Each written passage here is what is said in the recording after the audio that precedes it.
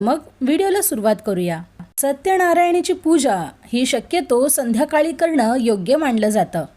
सत्यनारायणाची पूजा केल्यामुळे जो व्यक्ती ही पूजा करतो तो व्यक्ती सर्व काळ सुख भोगून शेवटी आनंदरूप मोक्षपदास जातो असं सुद्धा म्हटलं जातं।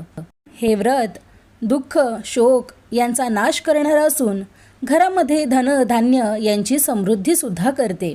याशिवाय सौभाग्य आणि संतती देणारे, सर्व कार्यामध्ये विजयी करणारे असे हे व्रत भक्तिभावाने आणि श्रद्धापूर्वक जर तुम्ही केलं तर निश्चितच तुम्हाला याची योग्य अशी फळप्राप्तीसुद्धा होईल। प्रदोष काळी म्हणजे सूर्यास्तानंतर 2 तासामध्येच सत्यनारायणाचं पूजा करायची असते। आता यासाठी सर्वप्रथम तुम्हाला चौरंग घ्यायचा आहे। चौरंगाच्या खाली स्वस्तिक काढून त्याच्यावर हळद कुंकू वाहून घ्यायचा आहे। यानंतर तुमच्याकडे जर सत्यनारायणाचा फोटो असेल तर तो घ्यायचा आहे आणि त्या फोटोला म्हणजेच प्रतिमेला आपण पंचोपचारे अशी पूजा करून घ्यायची आहे।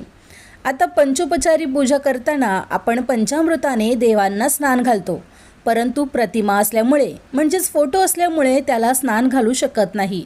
मग अशा वेळेस मी मघाशी दाखवल्याप्रमाणे एक फूल घेऊन आपल्याला ते पंचामृतामध्ये बुडवायचं आहे आणि प्रतिमेवर शिंपडून अशा पद्धतीने आपल्याला पंचामृताने स्नान घालायचं आहे। यानंतर तुम्हाला एक तांब्याचा कलश घ्यायचा आहे, त्याच्यावर स्वस्तिक काढून घ्यायचं आहे जे हळद आणि कुंकू मिश्रित असेल आणि त्यामध्ये पाणी घालून हळद कुंकू अक्षता पुष्प याशिवाय एक सुपारी आणि नाणं घालायचं आहे। मग तुमच्याकडे असलेली विड्याची